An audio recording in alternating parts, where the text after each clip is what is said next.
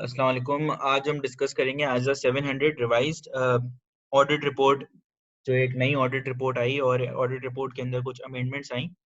तो ISA 700 जो है वो बेसिकली बताता है कि अगर हम जनरल पर्पस फ्रेमवर्क के हिसाब से एक ऑडिट रिपोर्ट इशू कर रहे हैं, तो वो ऑडिट रिपोर्ट जो है उसका फॉर्मेट क्या होगा, वो किस तरीके से एक ऑडिटर को उसको प्रेजेंट करना है और उसको देना है। अच्छा, अब ऑडिट रिपोर्ट बेसिकली होती क्या है? ऑडिट रिपोर्ट ये होती है कि जब ऑडिटर्स एक फाइनेंशियल स्टेटमेंट्स के ऊपर अपनी अपनी प्रोसीजर्स अप्लाई करते हैं और अपने ऑडिट ऑडिट के प्रोसीजर्स अप्लाई करने के बाद वो एक ओपिनियन तक पहुंचते हैं, तो उस ओपिनियन को किस तरीके से डिलीवर करना है, उस डिलीवरेबल को हम कहते हैं ऑडिट रिपोर्ट।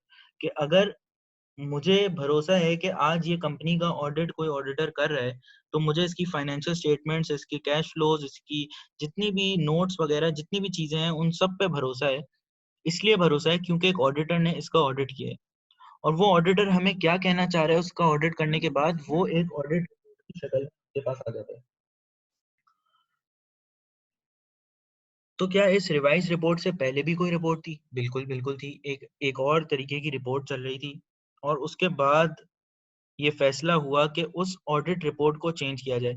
तो एक बहुत बड़ा क्वेश्चन आता है कि यार ये ऑडिट रिपोर्ट चेंज करने की क्या ज़रूरत है? जब एक पहले रिपोर्ट है और उसके ऊपर चीज़ें चल रही हैं, ऑडिट हो रहा है, लोग ऑडिटर्स अपना ओपिनियन उस रिपोर्ट के हिसाब से दे रहे हैं, तो उसमें क्या इश्यू आ रहा है?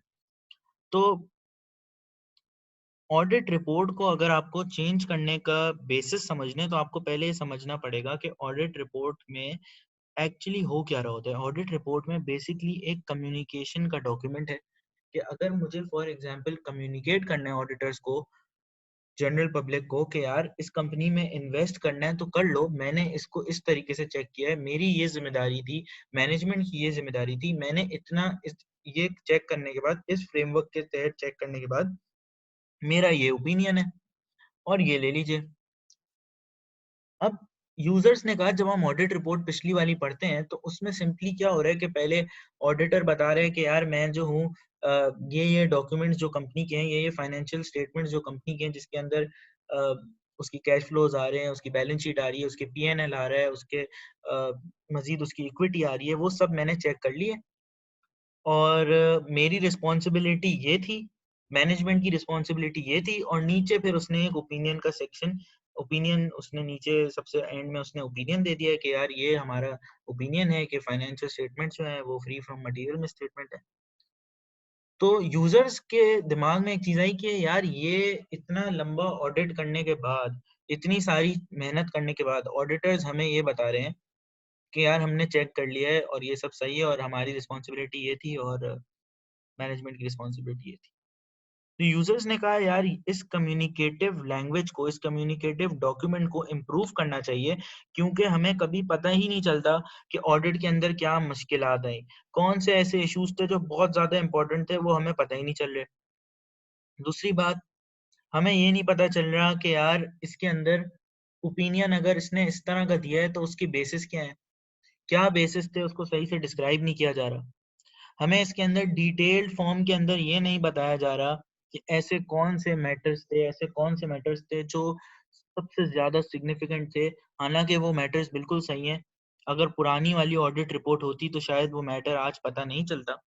लेकिन अब वो मैटर स्पेसिफिकली हमें पता चलेगा क्योंकि अब ये नई रिपोर्ट के अंदर ये कम्युनिकेटिव वैल्यू बढ़ गई है। तो न्यू रिपोर्ट के अंदर क्या-क्या चेंजेज़ आई, थोड़ा-सा ओवरव्यू मैं आपको बताते चलूँ ताकि आपको अंदाज़ा हो कि न्यू रिपोर्ट कितनी इन्फॉर्मेटिव और कितनी ज़्यादा प्रिसाइज़ हो गई है कि एक-एक चीज़ अच्छी-अच्छी तरीके से हेडिंग्स के अंदर किस तरीके से डिलीवर करी हुई है ताकि यूज़र को की कम्युनिकेटिव वैल्यू बढ़ जाए। जैसे फॉर एग्ज़ाम्पल पहले इसकी टाइटल के अंदर सिर्फ लिखा हुआ होता था ऑडिटर्स रिपोर्ट, अब उसके अंदर एक वर्ड ऐड कर दिया इंडिपेंडेंट ऑडिटर्स रिपोर्ट। इसका मकसद ये है कि फोकस किया जाए कि ऑडिटर्स जो होते हैं वो इंडिपेंडेंट होते हैं कंपनी की मैनेजमेंट से, वो एक इंडिपेंडेंट अप्रोच के through ethics, code of ethics को फॉलो करने के तहत वो ऑडिट करते हैं और उन्होंने बेसिकली ये वर्ड इंडिपेंडेंट ऐड करने के बाद उस रिपोर्ट का मेयार को और भी बढ़ा दिया है। उसको ये दिखा दिया है लोगों को कि यार रिपोर्ट एक इंडिपेंडेंट है। पहले भी रिपोर्ट इंडिपेंडेंट होती थी, लेकिन अब इस पे ज़्यादा फ़ोकस किया जा रहा है, ताकि शुरू ही वहाँ से वो लोगों को पता हो कि ये जितनी चीज़ें आगे हैं, वो एक इंडिपेंडेंट ऑर्गनाइज़ेशन, एक इंडिपेंडेंट फर्म, एक इंडिपेंडेंट ऑडिटर्स आके इसको अपना एक ओपिनियन दे रहे हैं। दूसरी चीज़ अगर आप इसमें देखें कि ओपिनियन का सेक्शन जो सबसे ज़्यादा इम्पोर्टेंट है। देखें, जब भी आप ऑडिट रिपोर्ट मैं देखूँगा तो मैं हमेशा बोलूँगा कि यार ये जो ऑडिटर्स एक्सटर्नली हायर किए थे, इन्होंने अपना क्या ओपिनियन दिया है हमें? इन्होंने आके क्या ओपिनियन दिया है? इनके हिसाब से क्या क्या ये फाइनेंशियल स्टेटमेंट सही है या नहीं है? क्या ये मटेरियल मिसस्टेटमेंट रखती हैं या नहीं रखती? तो उनका जो ओपिनियन है वो सबसे ज़्यादा इम्पोर्टेंट है, और पहले वाली ऑडिट रिपोर्ट के अंदर ओपिनियन सबसे नीचे आता था। अब ओपिनियन को बहुत अच्छी रेलेवेंस दी हुई है, बहुत इम्पोर्टेंस दी हुई है, और उसकी बात ही ओपिनियन से शुरू होती है। सबसे पहले जो है ओपिनियन का सेक्शन आ रहा होता है, और ओपिनियन के सेक्शन के अंदर ही काफ़ी सारी चीज़ें वो डिस्क्राइब कर रहा होता है कि आपके ओपिनियन के सेक्शन के अंदर क्या-क्या चीज़ें आनी चाहिए। तो ओपिनियन के सेक्शन के बाद वो फिर जो ओपिनियन दिया हुआ है उसके ऊपर बेसिस ऑफ ओपिनियन देता है। तो उसके बाद होता है, अभी हम सिर्फ ये डिस्कस कर रहे हैं कि चेंजेस क्या आई हैं, फिर हम बारी बारी एक एक चीज के ऊपर जाके डिस्कस करेंगे कि यार ये चीज क्यों डाली, इसका क्या फायदा है। लेकिन फिलहाल ये चेंजेस क्यों आई उसके ऊपर बात कर रहे हैं। तो हमने एक चीज तो प्रिसाइज कर ली कि हमने इंडिपेंडेंट ऑडिटर्स रिपोर्ट कर दी। इंडिपेंडेंट पहले नहीं होता था, अब इंडिपेंडेंट से शुरू हो गई। लोगों को इंडिपेंडेंट शो करने की वजह से ऑडिटर्स की रिपोर्ट का एक मेयार ऊपर हो गया कि यार ये तो शुरू ही यहाँ से हो रहा है, मतलब फोकस दिया जा रहा है। सेकेंडली हमने बात करी कि ओपिनियन का सेक्शन नीचे होता था, अब ओपिनियन और बेसिस फॉर ओपिनियन दो अलग अलग सेक्शन के ओपिनियन क्या है और फिर उसकी बेसिस क्या थी, उन दोनों को नीचे ऊपर और नीचे डाल दिया, सबसे ऊपर। लेकिन उसके बाद रेलेवेंस दी गई है गोइंग कंसर्न को, जो कि एक नया सेक्शन बना दिया गया है कि गोइंग कंसर्न का एक इशू बहुत बड़ा होता है। तो अगर कोई मटेरियल अनसर्टेनिटी भी है गोइंग कंसर्न की, तो 570 आ जाएगा, इम्प्लीमेंट हो जाएगा, और उसको एक अलग इंपॉर्टेंस दी हुई है कि यार 570 में अगर आपको मटेरियल अनसर्टेनिटी भी नजर आ रही है गोइंग कंसर्न की, भले गोइंग कंसर्न इशू ना भी हो लेकिन अनसर्टेनिटी भी है और मटेरियल है, तो उसको इधर 500 से 500 वाले आइज़ा के थ्रू इस सेक्शन के अंदर डिस्क्राइब कर दें। उसके अलावा अगर आप आगे बढ़ें तो एक नया फीचर जिसको कहते हैं कैम की ऑडिट मैटर, उसकी पूरी एक डेफिनेशन कि की ऑडिट मैटर कैसे बनेगा, उसकी पूरी रेलेवेंस के यार की ऑडिट मैटर के अंदर किस तरीके से उसकी डेफिनेशन डिस्क्राइब हुई है। ये वो आइटम्स हैं जो सबसे ज़्यादा इंपॉर्टेंट थे, जो मोस्ट सिग्निफिकेंट थे ऑडिट के अंदर। हालांकि ये इश्यूज मोस्टली सही हैं, आपके ओपिनियन इसके ऊपर बिल्कुल सही हो सकता है कि अनमॉडिफाइड ओपिनियन है मेरा इसके ऊपर, लेकिन इसके ऊपर मुझे बहुत मेहनत लगी थी एज एन ऑडिटर। मैंने इसके ऊपर बहुत ज़्यादा काम किया है। मुझे इसके अंदर इंटरनल कंट्रोल्स जो थे इसके वीक थे, मुझे इसमें बहुत ज़्यादा काम करना पड़ा एश्योरेंस लेने के लिए। तो या ये बहुत ज़्यादा सिग्निफिकेंट इवेंट्स थे। तो मोस्ट सिग्निफिकेंट इवेंट्स जो आपके होते हैं वो उनके लिए एक अलग सेक्शन होता है। तो अब क्या है कि मुझे अगर फॉर एग्जांपल मैं ऑडिट रिपोर्ट देखता हूँ तो मुझे पता होगा यार ये कुछ की एरियाज हैं जो कम मैनेजमेंट ने बिल्कुल सही किए हैं, लेकिन ये कुछ कॉम्प्लेक्स एरियाज थे। मुझे डिसीजन लेने से पहले इन कॉम्प्लेक्स एरियाज की तरफ देख लेना चाहिए। उसके बाद एक सेक्शन आ जाता है अदर इन्फॉर्मेशन का,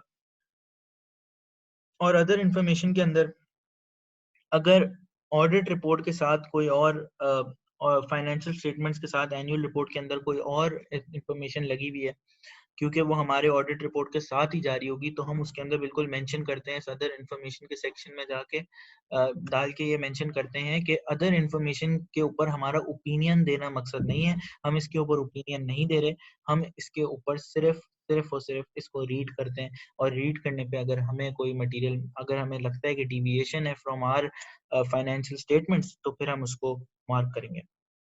ये सारी चीजें होने के बाद मैनेजमेंट की रिस्पॉन्सिबिलिटी और ऑडिटर्स की रिस्पॉन्सिबिलिटी आती है। ये बात आप अगर एनालाइज करें तो पिछली वाली ऑडिट रिपोर्ट के अंदर मैनेजमेंट और ऑडिटर्स की रिस्पॉन्सिबिलिटी काफी ऊपर आ रही थी, और जबकि ओपिनियन नीचे था। इस दफा बेसिस फॉर ओपिनियन और ओपिनियन ऊपर आ गया और बाकी नीचे।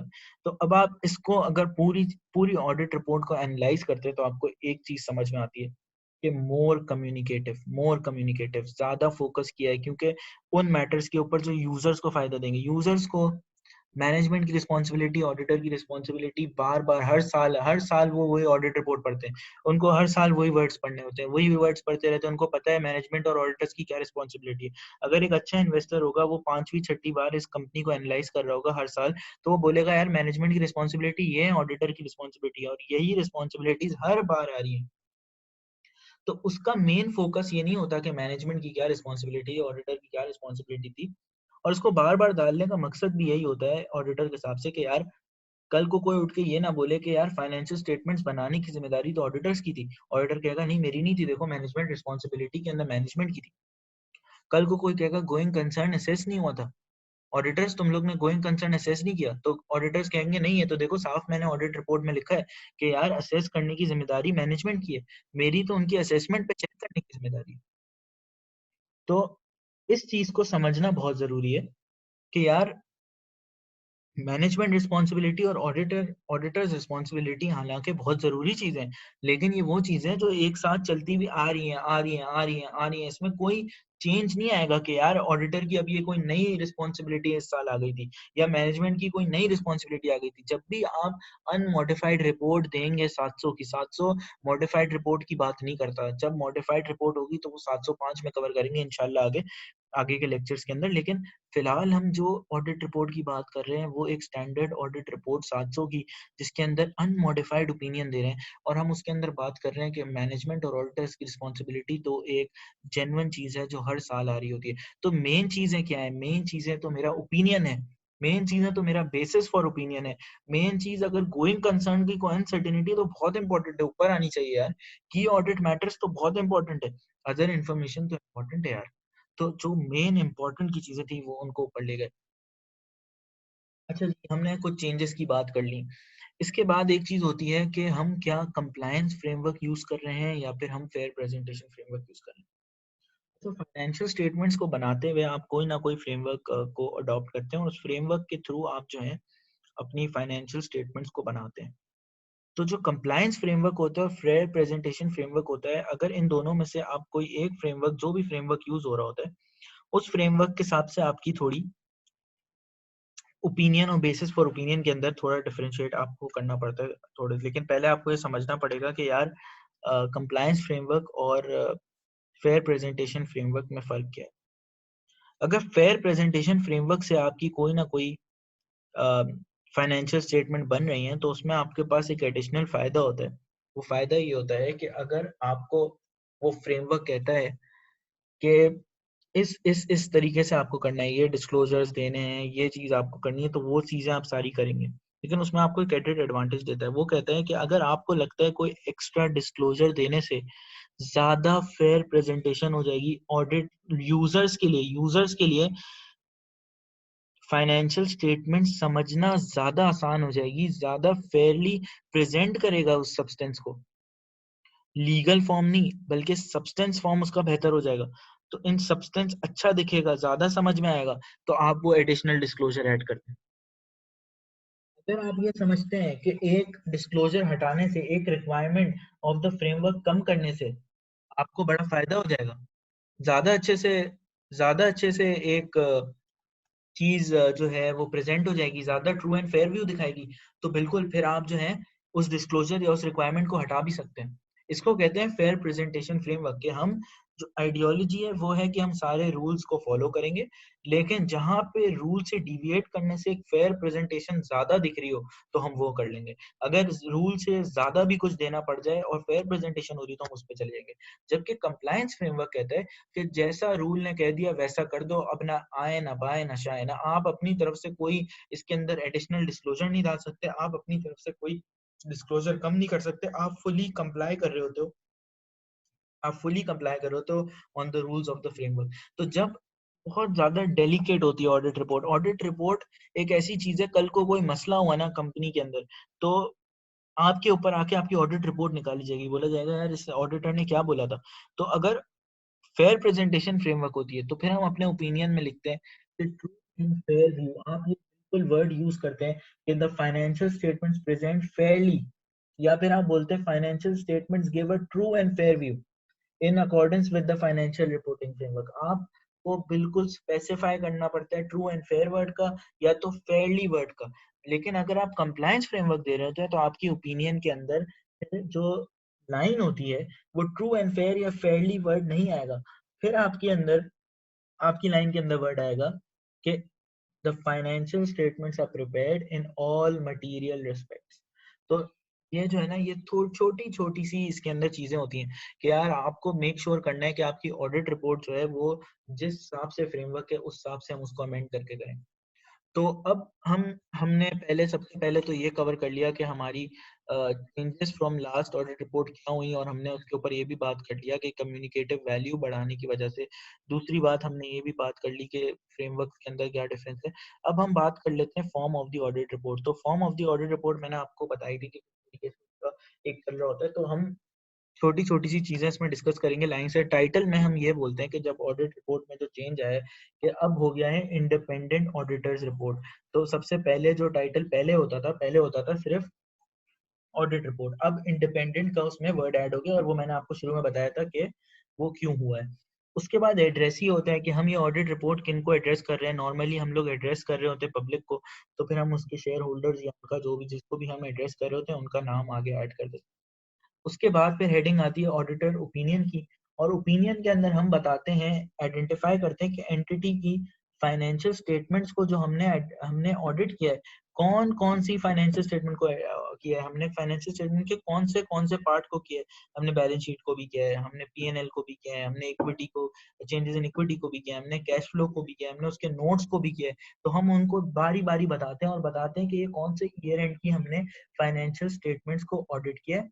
और फिर हम अपना अनमॉडिफाइड ओपिनियन देते हैं, क्योंकि आइजा 700 है तो हम अभी अज्यूम कर रहे हैं कि हम अपना अनमॉडिफाइड ओपिनियन दे रहे हैं। जब हम लोग 705 इंशाल्लाह आगे करेंगे तो फिर हम डिस्कस करेंगे कि मॉडिफाइड ओपिनियन होता है तो फिर हम उसमें क्या करते हैं। तो हम अगर अनमॉडिफाइड ओपिनियन दे रहे हैं तो हम उसके अंदर फिर अपना अनमॉडिफाइड ओपिनियन देते हैं कि in our opinion the financial statement present fairly in all material respects. ये तब देंगे फेयरली का वर्ड जब ये होगा फेयर प्रेजेंटेशन फ्रेमवर्क। और अगर कंप्लायंस फ्रेमवर्क होगा तो हम इसी लाइन को चेंज करके कह देंगे financial statements are prepared in all material respects. फिर हम इसके अंदर रेफरेंस देते हैं कि कौन से फ्रेमवर्क से ये फाइनेंशियल स्टेटमेंट्स बनी है। अगर ये फाइनेंशियल IFRS से बनी है या ये फाइनेंशियल स्टेटमेंट्स IPSAS से बनी है, तो फिर उस कंडीशन के अंदर आपको फाइनेंशियल स्टेटमेंट्स का ये रेफरेंस नहीं देना होता कि कौन से फ्रेमवर्क से बनी है। अगर इनके अलावा किसी फ्रेमवर्क से बनी है तो आपको स्पेसिफिकली वो फ्रेमवर्क का रेफरेंस देना पड़ता है ओपिनियन के अंदर।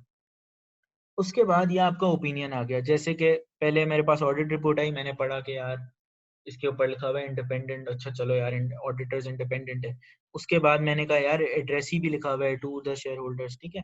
उसके बाद मैं नीचे गया तो इधर पहला पैराग्राफ में ओपिनियन दिख गया, सही है। तो सबसे इंपॉर्टेंट चीज सबसे ऊपर आ गई। अब देखें तो ऑडिटर्स क्या कहना चाह रहे हैं। ऑडिटर्स कहना चाह रहे हैं कि यार ऑडिटर्स कहना चाह रहे हैं कि यार जो है फेयरली प्रेजेंट हुआ है सब कुछ, और मटेरियल देखें इसमें मटेरियल रिस्पेक्ट का वर्ड यूज हुआ है। तो मैं सोचूंगा हाँ इन्होंने कोई ना कोई प्रोसीजर बनाया होगा, इन्होंने कोई ना कोई स्ट्रेटेजी बनाई होगी। ये नहीं कह रहे कि 100% अश्योरेंस है, एब्सोल्यूट अश्योरेंस नहीं दे रहे, रीजनेबल अश्योरेंस दे रहे हैं। क्यों? क्योंकि इस लाइन के अंदर जब मैं गौर से लाइन पढ़ूंगा तो ऑडिटर्स ने अपने आप को बचाया हुआ है ये बोल के कि मैं तुम लोग को एब्सोल्यूट अश्योरेंस नहीं दे रहा। वो क्या कह रहा है, अगर हम फिर से लाइन पढ़ें, in our opinion the company financial statements present fairly in all material respects। जहाँ material का वर्ड आ गया इसका मतलब इसमें इमटेरियल चीजों के मसले हो सकते हैं। हम रीजनेबल अश्योरेंस दे रहे हैं, एब्सोल्यूट अश्योरेंस नहीं दे रहे। तो ये लाइन पढ़ के हमें समझ में आ जाता है 700 की ऑडिट रिपोर्ट में कि यार कोई मटेरियल मसला नहीं है। उसके बाद फिर आता है basis for opinion. Basis for opinion के अंदर हम ये बताते हैं कि हमने ऑडिटिंग किस हिसाब से करी। अब आप यही सोचे ना, कोई ओपिनियन देगा तो हमें ये तो बताना पड़ेगा ना हमने ये ओपिनियन जो लाए हैं ये किस तरह लाए हैं। ये हम ओपिनियन दे रहे हैं, इसके ऊपर इसके बैकग्राउंड में हमने किस किस बुनियाद पे काम किया था कि हम आज कह रहे हैं कि। तो हम बताते हैं हमने जो काम किया था वो हमने इंटरनेशनल स्टैंडर्ड्स ऑन ऑडिटिंग के हिसाब से काम किया था। आपको रेफरेंस देना होता है आइजा का। उसके अलावा इसके अंदर ये भी मेंशन हुआ है कि आप अपनी इंडिपेंडेंस को किस तरह प्रूफ करेंगे। तो आप मेंशन करते हैं कि हम code of ethics of the आईकैप उसको हम फॉलो करते हैं, ताकि जब हम उस आईकैप के कोड ऑफ एथिक्स को फॉलो करते हैं, जब हम ये लिखते हैं, तो हम लोग अपनी ऑडिट रिपोर्ट के अंदर जान डाल देते हैं। हम ये बताते हैं कि हम इंडिपेंडेंट कैसे थे। ये कुछ चीजें जो चेंजेस आई हैं, ये उनका पार्ट है कि हम इंडिपेंडेंस के ऊपर किस तरह से फोकस करवा रहे हैं। हम किस तरह से अपनी ऑडिट रिपोर्ट को और कम्युनिकेटिव बना रहे हैं। हमने ओपिनियन के नीचे बेसिस ऑफ ओपिनियन डाल दिया ताकि लोगों को समझ आए यार कि ये किस बेसिस के ऊपर था। फिर हम इसके अंदर एक लाइन लिखते हैं जो हमेशा लिखते हैं कि हमने sufficient appropriate audit evidence gather कर लिया था। जब आप नहीं कर पाते और डिस्क्लेमर देते हैं, आप उसके अंदर बिल्कुल ये लाइन लिखते हैं, ये लाइन नहीं लिख पाते कि यार हमने ऑडिट एविडेंस नहीं गैदर कर पाए थे। अब क्योंकि आपने कर दिया है तो आपको ये बताना जरूरी है कि यार मैंने जो ओपिनियन अपना दिया है वो sufficient appropriate audit evidence gather करने के बाद दिया है, ताकि किसी को, इस यूजर को टेंशन नहीं हो इस चीज की कि यार आपके ऑडिट में कोई ना कोई डेटा आपको शायद ना मिला हो। तो उसको इस चीज से रिलीफ देने के लिए आपने ये लाइन भी लिखी। फिर 570 के अंदर हम बाद में जाएंगे, बाद में इसको एक्सप्लोर करेंगे गोइंग कंसर्न के सेक्शन को। तो अगर 570 के ऊपर जब हम पढ़ेंगे, अगर वो अप्लाई होगा तो यहाँ पे गोइंग कंसर्न का मैटर आएगा। की ऑडिट मैटर इंशाल्लाह हमारा नेक्स्ट लेक्चर होगा 701, तो उसको डिटेल में डिस्कस करेंगे कि की ऑडिट मैटर किस तरह से यहाँ पे आता है। और ये बहुत ही जबरदस्त चीज जो है आयजा लेके आया है, और ये मुझे बड़ा मतलब सबसे ज्यादा इंटरेस्टिंग जो है वो की ऑडिट मैटर का टॉपिक है। उसके अलावा फिर अदर इन्फॉर्मेशन आपको मैंने बताया। उसके बाद फिर मैनेजमेंट रिस्पॉन्सिबिलिटी और ऑडिटर की रिस्पॉन्सिबिलिटी। जब मैनेजमेंट की रिस्पॉन्सिबिलिटी की बात की जाती है तो खास तौर पे एक फोकस किया जाता है कि the preparation of the financial statements were by the management. Management ने ये फाइनेंशियल स्टेटमेंट्स बनाई हैं। असेसमेंट गोइंग कंसर्न की मैनेजमेंट ने करी है। ये जो है ना, ये बहुत कोर चीजें हैं, क्योंकि देखिए हर यूजर इतना इतना पढ़ा लिखा नहीं होता, हर यूजर को इतनी चीजें नहीं पता होती। अगर आप नॉर्मल यूजर समझे फाइनेंशियल स्टेटमेंट्स का, उसके पास ऑडिट रिपोर्ट फाइनेंशियल स्टेटमेंट्स वगैरह आ रही हैं, तो हर बंदे को तो नहीं पता ना यार कि ये फाइनेंशियल स्टेटमेंट सारी की सारी मैनेजमेंट बनाती है। सबको नहीं पता होता। अच्छे खासे इंटेलेक्चुअल लोग होते हैं, उनको पता होती है, लेकिन ये चीज वाजे करना बहुत जरूरी है हमारे लिए। हम अपनी ऑडिट रिपोर्ट में लिख के सुकून में आ जाते हैं कि यार फाइनेंशियल स्टेटमेंट हमने नहीं बनाई। दूसरी चीज, हम जब ये लिखते हैं गोइंग कंसर्न की असेसमेंट मैनेजमेंट ने करी है, तो हमें सुकून हो जाता है। हम कहते हैं हमने उस असेसमेंट को चेक किया है, हमने खुद से नहीं। उसके बाद अगर फॉर एग्जांपल ओवरसाइट करने की रिस्पॉन्सिबिलिटी किसी और की थी, for example board of governors की रिस्पॉन्सिबिलिटी है ओवरसाइट करना, और मैनेजमेंट की रिस्पॉन्सिबिलिटी है सब बनाना, तो फिर स्पेसिफिकली मेंशन करो इस ऑडिट रिपोर्ट के अंदर कि यार ये जिम्मेदारी जो है वो बोर्ड ऑफ डायरेक्टर्स की है, और उनको स्पेसिफाई, ताकि यूजर्स को पता हो भाई फाइनेंशियल स्टेटमेंट सही नहीं बनी, सही है मैनेजमेंट ने बनाई थी, ओवरसी कौन कर रहा था, बोर्ड ऑफ डायरेक्टर्स कर रहे थे, ऑडिटर्स ओवरसाइट नहीं कर रहे थे भाई। ये मैनेजमेंट रिस्पॉन्सिबिलिटी बहुत जरूरी एक आपका सेक्शन है, जिससे ऑडिटर अपने पास से चीजें बताते हैं कि यार ये रिस्पॉन्सिबिलिटीज मैनेजमेंट की है, उनका गला पकड़ो। कल को अगर कोई मसला होता है तो उधर जाके बोलो, हमें नहीं बोलो। हमारी रिस्पॉन्सिबिलिटी हम नीचे लिखेंगे ऑडिटर्स, पहले मैनेजमेंट की रिस्पॉन्सिबिलिटी समझ लो। अकाउंट्स वो खुद बनाएंगे, गोइंग कंसर्न उन्होंने खुद असेस किए, हमने हाँ उनकी असेसमेंट को चेक किया। ओवरसाइट की जिम्मेदारी हमारी नहीं थी, ओवरसाइट की जिम्मेदारी बोर्ड ऑफ डायरेक्टर्स की थी। उसके बाद ऑडिटर अपनी रिस्पॉन्सिबिलिटी बताते हैं, और इतने इतने मजेदार तरीके से बताते हैं ना, ताकि पता चले कि यार ऑडिटर की इसके अंदर स्पेसिफिकली क्या रिस्पॉन्सिबिलिटी थी। और बड़ी एक जबरदस्त इसमें से मैं लाइन बताता हूँ आपको, जो जो बहुत जबरदस्त लगती है। उसमें ऑडिटर कहते हैं कि मेरी रिस्पॉन्सिबिलिटी है टू ऑब्टेन रीजनेबल अश्योरेंस। कहता है मैं एब्सोल्यूट अश्योरेंस नहीं दूंगा। ये लाइन बहुत जबरदस्त है। वो कहता है मैं ऑब्टेन करता हूँ reasonable assurance about whether the financial statements as a whole are free from material misstatement। कि मैं जो हूँ वो इंफॉर्मेशन गैदर करता हूँ, रीजनेबल अश्योरेंस देता हूँ, एब्सोल्यूट अश्योरेंस मैं नहीं दे सकता। कल को कुछ हो गया, आप मेरे पास आएंगे, मैं बोलूंगा ऑडिट मेथोडोलॉजी के हिसाब से ये मेरी जो मैंने मेथोडोलॉजी अप्लाई करी थी उसके हिसाब से रीजनेबल अश्योरेंस मैं आपको दे रहा हूँ, मैंने एब्सोल्यूट नहीं बोला था। अगर आप इमटेरियल मसला लेके आएंगे, फ्रॉड लेके आएंगे, इमटेरियल कुछ मसला लेके आएंगे और कल को मुझे बोलेंगे ऑडिट सही नहीं हुआ, तो मैं बोलूंगा बिल्कुल सही हुआ था। ऐसी कोई मटेरियल चीज ही नहीं है जो आप लेके आए हैं। और दूसरी बात, मैंने तो रीजनेबल अश्योरेंस दिया था, एब्सोल्यूट दिया नहीं था, तो 100% तो मैं कह ही नहीं रहा था सही। हम इसके अंदर नीचे मेंशन करते हैं कि रीजनेबल अश्योरेंस है क्या। ये बहुत जरूरी है। रीजनेबल अश्योरेंस जो है उसको डिस्क्राइब करना भी बहुत ज़रूरी है कि रीजनेबल एश्योरेंस जो है वो हाई लेवल ऑफ एश्योरेंस है, मगर गारंटी नहीं है कि सारी की सारी मसले पकड़े जाएंगे। गारंटी नहीं है कि भाई हमेशा मटेरियल में स्टेटमेंट पकड़ी जाएगी। ये आप नीचे जब ये चीजें लिख लेते हैं ना, तो आपको एक सुकून हो जाता है कि यार जो है ना, कल को हमारा कोई गला नहीं पकड़े। यार देखो, हमने तो मेंशन किया ना, हमने तो आपको बता दिया ना कि यार इसमें ये वाली हमने रीजनेबल एश्योरेंस दी है, हमने 100% एश्योरेंस नहीं दी है। तो आप इसके अंदर हमें कल को ये ना बोलें कि यार आपकी गलती थी। उसके अलावा हम ये ऑडिट को कुछ डिस्क्राइब भी करते हैं। ऑडिट को डिस्क्राइब कैसे करते हैं? हम